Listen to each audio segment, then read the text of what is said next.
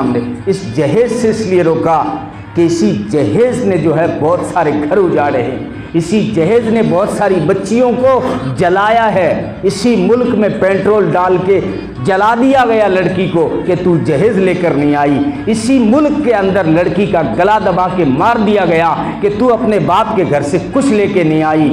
تو اور بہت ساری بچیاں 30 سال کی عمر کو پہنچ جاتی ہیں، لیکن آج کل جو یہ چلے ہیں سسٹم جہیز کے، ماں باپ غریب ہیں تو نہیں پہنچ پاتے، اس لیے یہ بغیر نکاح کے بچیاں جو رہ جاتی ہیں، یہ سوسائٹی کے لیے ہلاکت ہے، یہ انسانیت کے لیے ہلاکت ہے۔ تو اسلام دین فطری ہے، جیسا ہونا چاہیے تھا ویسا قانون اسلام نے رکھا ہے۔ اپنی بیٹی کو دو، دکھا کے نہیں، زندگی بھر دیتے رہو، جب ضرورت پڑے تب دیتے رہو۔ کبھی 10,000 پیسے اکاؤنٹ میں ڈال دیے، بیٹی کے اکاؤنٹ میں کبھی 10,000 روپے ڈال دیے۔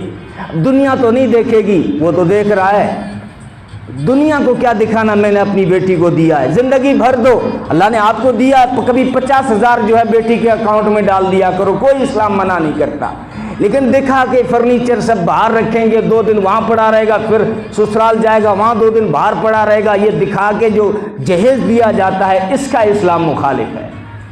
تو یہ اس ترتیب پہ آ جائیں تو ہلاکت سے بچ جائیں، اللہ کا کوئی نقصان نہیں ہوگا، رسول کا کوئی نقصان نہیں ہوگا۔ اگر ہم صحیح ترتیب پہ آئیں گے تو انسانیت کو بچا لیں گے، ہمارے معاشرے کو بچا لیں گے، ہم اپنی سوسائٹی کو بچا لیں گے۔